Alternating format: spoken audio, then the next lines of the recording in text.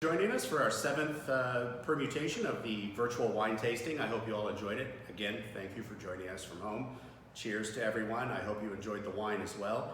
Rachel and I very much enjoyed not only making this wine, but we very much enjoyed drinking the wine. So, and also a big thanks to Rachel for doing all the hard work and letting me take the credit. It's an awesome thing. Anyway, on to our questions. Question comes from Lindsay Roberts. What is the perfect wine glass for this wine? No one had Cinsaut on their list.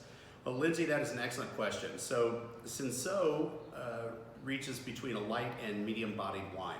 So if you look at these glasses here, we do a 3-pack for different bodies of wine, and that's how we address this issue. This glass is for a light-bodied wine, like Pinot Noir or Cinsaut.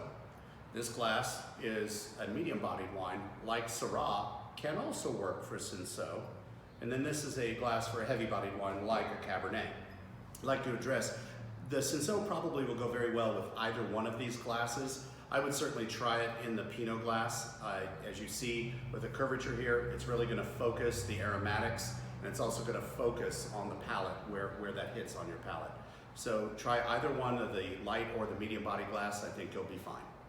Question comes from Lada Bevlovia, and I apologize if I've mispronounced your name, but how do you pronounce Cinsaut? Well, you can say Cinsaut, or you can say Cinsaut, like I like to pronounce the T, but it truly is a silent T. Question comes from Heather Dube. Heather, I apologize if I've mispronounced your name, but your question is awesome. How does Cinsaut compare to a Tannat grape? Well, Cinsaut and Tannat, Cinsaut is just not Tannat. Anyway, Tannat is a much heavier bodied, heavier tannin wine. It is also considered a black grape, where the skin, the juice, and the pulp are all dark colored. Cinsaut is a lighter bodied grape, less tannins, and it is a much larger grape. It's almost twice the size of a Tannat grape.